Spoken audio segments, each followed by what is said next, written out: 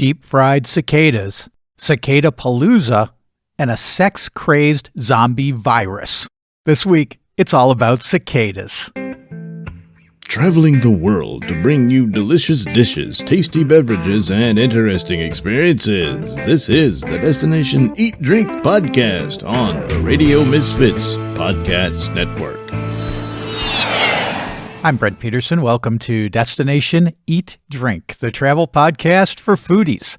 Here at Destination Eat Drink, we explore food and travel, two of the great joys of life. And this week, it's something different as we talk cicadas with Monica Eng of Axios. But first, do me a favor, rate and review Destination Eat Drink on your podcast app. It just takes a minute and it helps more people find the show. And if you're so inclined, support Destination Eat Drink with a one-time or recurring contribution at buymeacoffee.com/Destination Eat Drink. And thank you very, very much. Monica Eng is an award-winning Chicago-based journalist who has worked for the Chicago Sun-Times, the Chicago Tribune, WBEZ Radio, and now for Axios. And Monica was on Destination Eat Drink last year talking about her great foodie book, Made in Chicago, Stories Behind 30 Great Hometown Bites, with her co-author David Hammond. Monica recently published several stories on Axios about the Midwest cicada emergence, and she tells me about foraging cicadas in a forest preserve, storing cicadas in a yogurt container, and preparing and eating cicadas. That conversation naturally leads to other insect talk, like pairing tarantula legs with wine and eating earthworms. But it's not all bug talk. Monica also tells me about South Carolina barbecue, rhubarbs and strawberries, bitter melon, and movies on rooftops. Okay, I'm starving, so let's eat. Destination Eat Drink.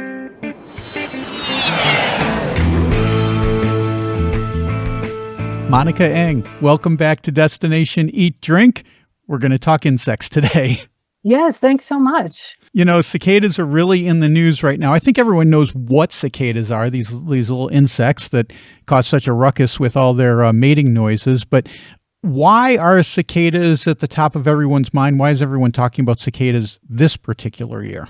Well, we've got a dual emergence happening in parts of the Midwest and the South. And so some areas like Chicago are going to get these 17-year cicadas, and others are going to get 13-year. And then other areas are going to get both of them at the same time. So it's kind of a rare event when many communities will be deluged with these insects that last for about 4 weeks, but can be very intense.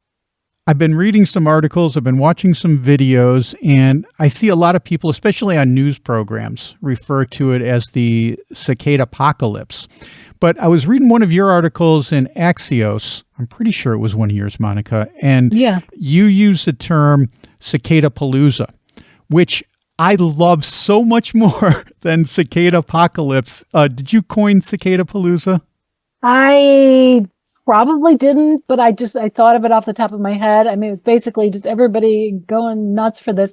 And I think it implies more of a celebration than sort of doomsday, because as many scientists tell us, it's actually very good for the environment and it's a sign of a healthy environment. Yeah, and these cicadas, they're actually beneficial to the trees. You know, a lot of people think, they're gonna suck all the sap out and they're gonna kill these trees, but you know, where they live in the ground by the trees and what they do with them is actually a sign of a healthy environment, like you said. So I like it. Celebrate cicadas. Don't think it's the end of the world. It's not one of the signs of the apocalypse. Yeah, I mean, they aerate the soil and then they trim off dead branches on the ends of the branches. And I mean, you can sit there and use a tiller and try to aerate the soil, or you can have these guys create these little tunnels in the soil around the trees, which are always healthier when scientists look at them after a cicada year. It's so interesting that you say that, because I'm a truffle guy. I actually wrote my novel was about truffles, and one of the things about truffles is that a lot of times human intervention, the same way with tree roots, when humans are looking for truffles, are damaging to the roots. And if you're tilling the soil by a tree, you can also damage the roots. So this is just another example of nature already having figured it out and human intervention tending not to do as good of a job. Exactly. The other phrase that I wanted to bring up besides Cicadapalooza was another one that I've seen in a lot of articles, and that's with the cicada sex-crazed zombie virus. What is the sex-crazed zombie virus of cicadas? Well, it's this virus, this fungal-based virus that seems to be affecting about 10% of this year's brood. And it makes male cicadas sort of act in ways that normally female cicadas would. So the male cicadas climb as high as they can, they sing, sing, sing, and then females will flap their wings and say, okay, I'm ready to respond to your song and to mate. And then a male will fly over to them and have sex with them. But in this case, it's a male attracting other males. They have, I guess, sex. They mush together. And then at that point, the infected male infects the other guy and rips off his genitals. And the other guy flies away with this fungus on them without his genitals. And then he gets it and he can pass it on to anyone else he sees. So they believe I mean, we've found infected, cicadas here in Chicago already. And, some people, they say sex crazed because, that's what they're here for. They're 4 weeks. Their job is climb as high as you can, attract a mate, breed. Females lay those eggs, and then the whole thing waits again for another 13 to 17 years. Because they lay the eggs, the nymphs drop to the ground, they tunnel under and hang out for 17 years and then come back up. So the zombie part is that they've got a disease that they're spreading and they need to find people to spread it to. Mm-hmm. Do they think this will have a significant impact on the cicada population? So far, it's about 10%, and because there are millions, I mean, the cicadas they produce in these huge numbers because they know that only a small percentage are going to make it up to that top of the tree to mate and lay eggs, and the rest are going to be eaten by dogs or foxes or people. And I guess we'll get to that in a moment. Or they'll get crushed, in the areas where they are. It's just impossible not to step on them. And, 10% could be affected by this disease. But we think it's not going to hurt the populations that much. So, what's your backyard like? You know what? I have been waiting. I've been writing about this and I've been waiting and almost, bracing myself for it. There are a bunch of trees in my neighborhood that have these nets over them. The New York Times just wrote about it saying trees in Chicago look like ghosts with these white nets, but not a single cicada. I got excited and I saw something on the ground. I was like, oh, look at that. The cicadas are here. It was just a beetle. I guess this 17-year brood just must not have laid eggs here 17 years ago. But you go a couple miles west and people say, oh my gosh, I cannot eat my breakfast in peace because they are so loud. And my dog is, eating like dozens of them a day. And some people in some of our suburbs say on my side of the street, nothing. On the sunnier other side of the street, they are all over the place. So it is so regionalized, but in parts of Chicago and definitely our suburbs, they are everywhere. My brother's house is covered. Yeah, I think our mutual friend Rick Kempfer, who lives out in Mount Prospect, he said his house his backyard is inundated with them. Yeah. And like, I'm a little jealous, but almost sort of like, no, I think it would get old after one day. Yeah, probably. So let's talk about this eating of cicadas. I guess we got to start with the foraging of them. You talked about in some places they're everywhere. So I guess that part's not too difficult, the finding them, the foraging them, assuming that your neighborhood has them and you want to eat them. They're relatively easy to find, right? Yeah. So because I was doing it for a live show, I was like, oh no, the cicadas have not shown up anywhere. What am I going to do? I got to have some food to do a cooking demonstration. So a nature specialist, a forager actually said, go to the woods, check under logs, and you might find nymphs who are just waiting for it to get a little warmer. And indeed, right off the bat, I found 6 young white nymphs who had not grown out their wings yet and did not have a hard shell. And I said, sorry guys, but I'm going to collect you. I put them in a little yogurt container. I brought them home. I washed them in a colander, put them back in a clean yogurt container, put them in the freezer, said thank you and good night. The next morning, they were no longer with us. And, they weren't with us, but, they were dead. They were not alive. Yes. I tossed them. And then I wrote to this scientist who'd been quoted in all of these sex crazed zombie articles. And I said, my daughter's really concerned that if I eat these, that I'm going to turn into a sex crazed zombie. Can you please help me out here? And he's like, look, if you just eat a few and if you cook them very well, I don't really see any danger. The biggest danger is that for some reason, this fungus creates an amphetamine-like effect. So he said, I don't think you'll even feel the amphetamine-like effect. It's so small. So I boiled them like crazy. And then I brought them to the cooking demonstration where we dunked them in a pancake batter and then deep fried them and then served them on grape leaves. But there are many applications, and you're seeing many people in Chicago go on talk shows and things like that. Deep fried cicada nori, cicada tamales. They're actually an excellent source of protein, and insect eating is done in most parts of the world as a sustainable and fairly high quality source of protein. I want to go back to something that you said that I found very interesting. So when you collected these cicadas, Monica, you said you put them in a yogurt container, took them home, and put them in the fridge or the freezer or whatever. Did you tell your family? Because I would be concerned that I would be the one who would grab the yogurt container and be like, "Oh my God!"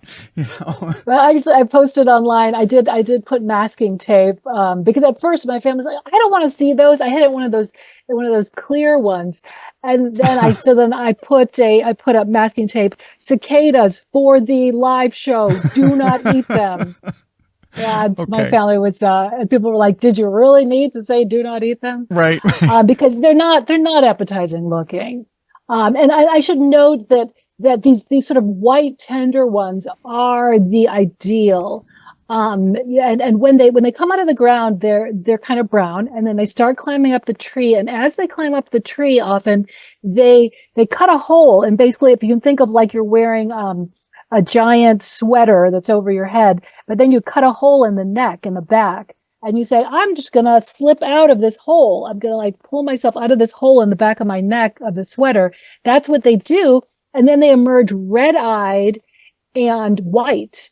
And those who like to eat them say that is the perfect moment. They're almost like a shrimp or a lobster tail at that moment because they haven't developed that hard shell again. They're still in this very kind of, vulnerable and soft stage. In 90 minutes, they will have redeveloped that hard shell. And that would be the next moment to harvest them if you don't get them before they leave the underground. Get your cicadas while they're ripe. Yes. How did you end up preparing these particular cicadas, Monica? It was a foolproof, dunk them in pancake batter, then drop them in the deep fryer. Pretty much anything will taste like deep fried breading if you do that. And that's what we did. And in Chicago, we have something called mild sauce.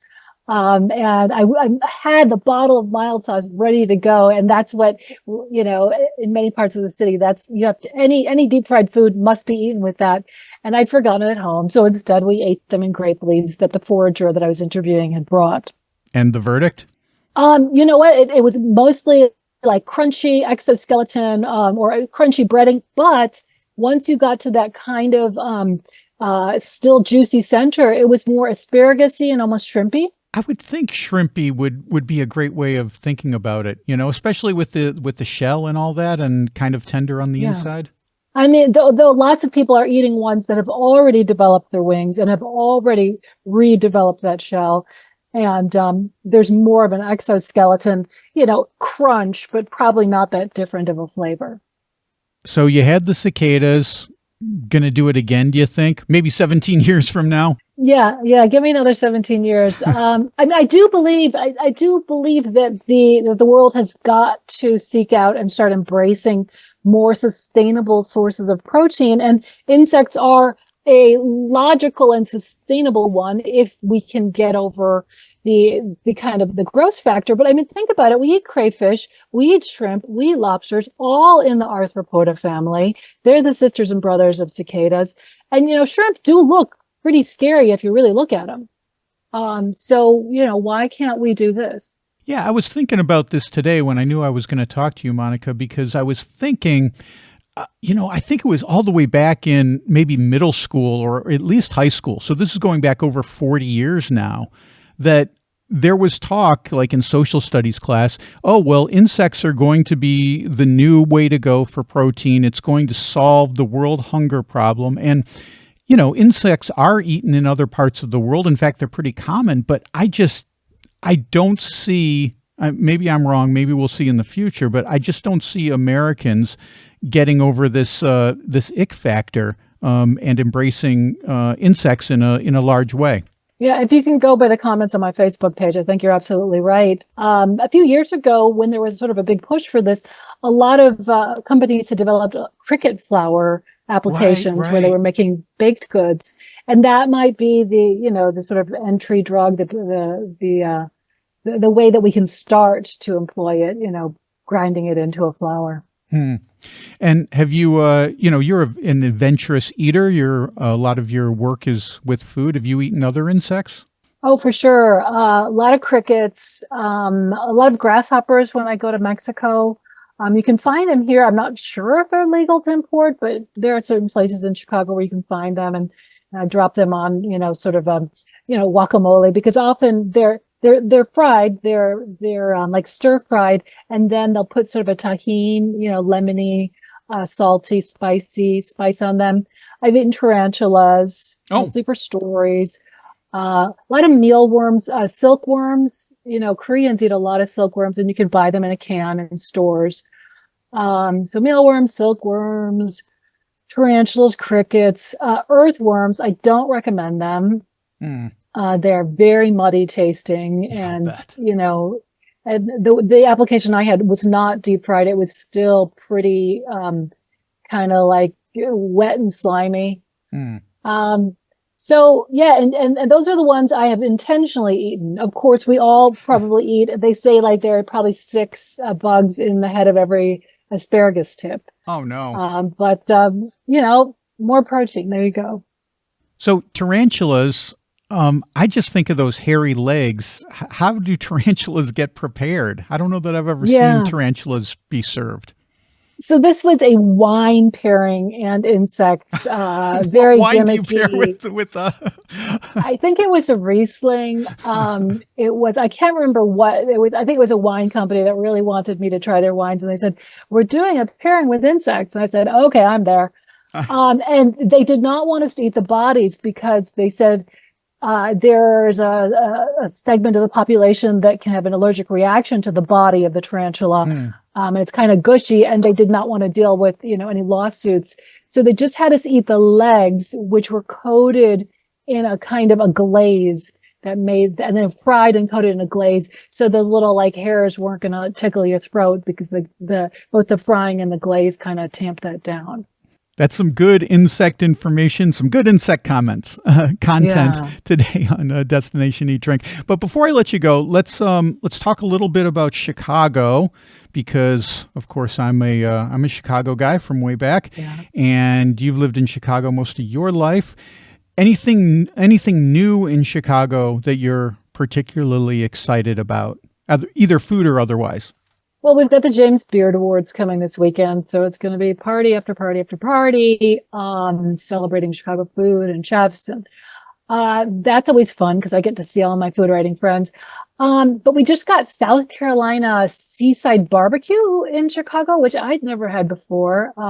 They brought burgoo, which is like also called Brunswick stew, which is traditionally made with squirrels. It's not going to be made with squirrels here, but also boiled peanuts, which is interesting because it's a South Carolinian thing, but it's also a Southern Chinese thing. So I didn't know that was dear to my heart. Yeah. A lot of people don't like them, but it's very, again, sustainable protein there.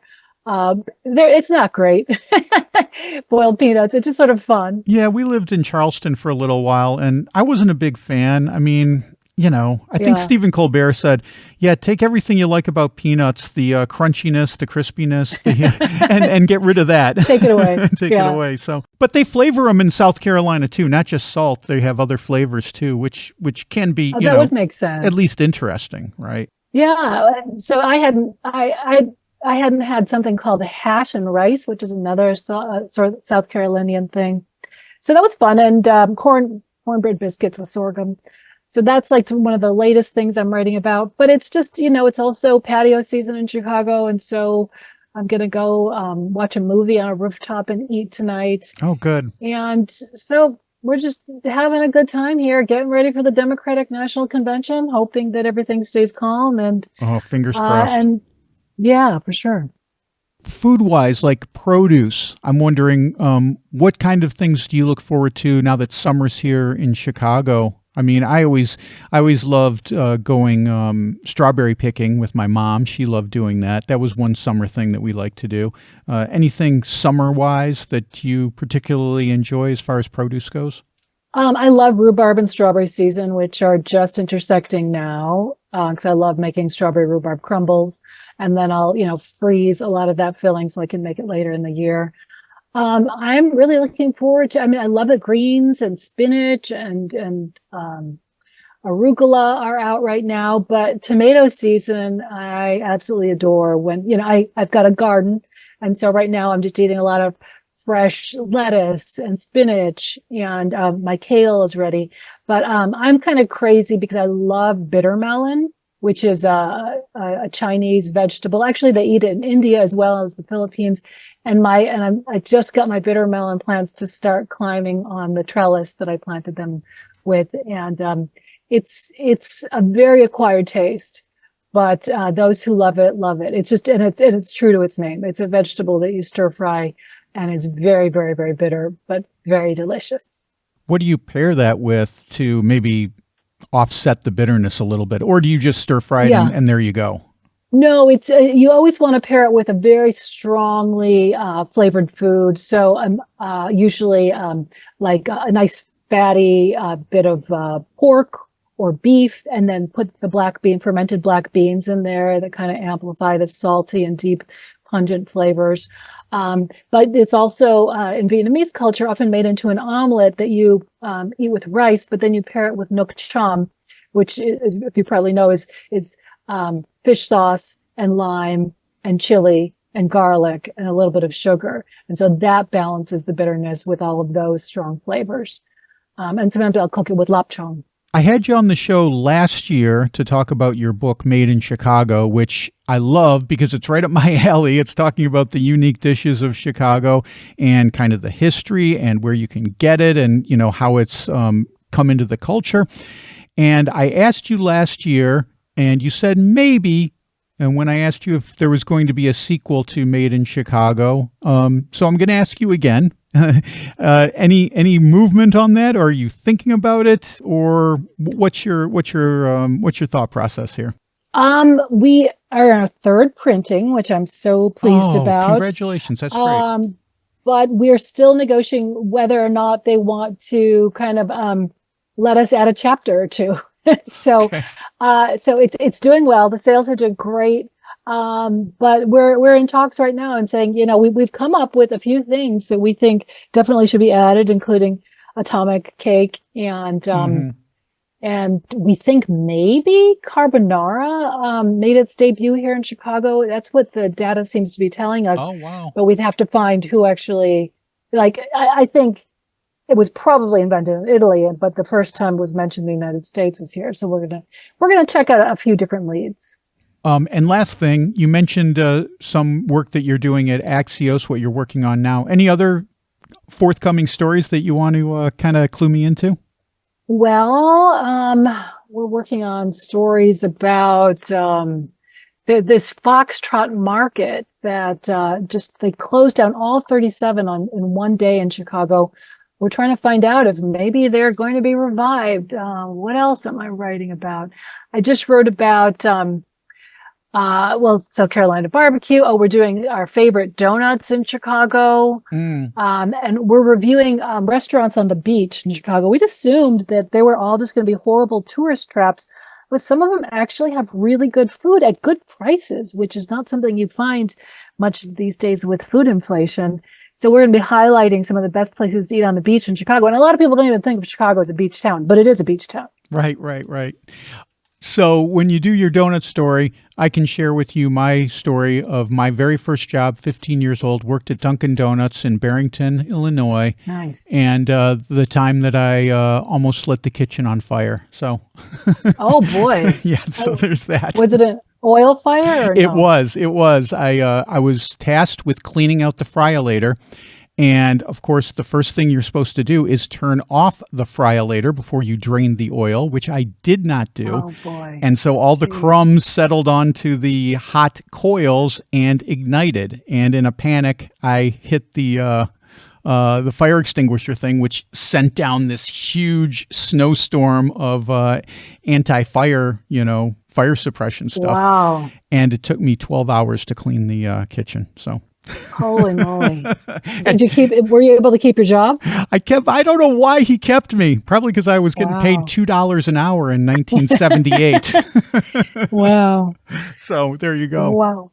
So that's a great story. Yeah. Well, Monica Eng from Axios, thank you so much for sharing your cicada stories with us today. Been very entertaining. And thanks for being on the show. It's always great to catch up with you. Thank you, Brent. Take care. Okay. There goes Monica Eng. You can read her excellent works at Axios.com. I've also got a link to her book, Made in Chicago, in the show notes. Well, that's it for this week. Next week, we're in Bologna, Italy, one of the greatest underrated cities in Italy. We'll learn about Venus's belly button and a dish with 4 names, so don't miss that. Until then, you can scratch your food and travel itch at destinationeatdrink.com. I just posted a new story about the best pastries in Guimarães, Portugal, including a crispy one named after the city. You can read that at destinationeatdrink.com/blog. There's also a brand new video out. I'm sampling some amazing tapas in Logroño, Spain. You might not have ever heard of that city, but it has 2 of the great foodie streets in the whole country. It was a great trip, and you can see that video by clicking on the video tab at destinationeatdrink.com or by going to my YouTube channel at Destination Eat Drink 946. Destination Eat Drink is distributed by the Radio Misfits Podcast Network and Ed Silla. Thanks, Ed. I'm Brent Peterson. See you down the road. Join us next week for another culinary adventure on Destination Eat Drink, a presentation of the Radio Misfits Podcast Network.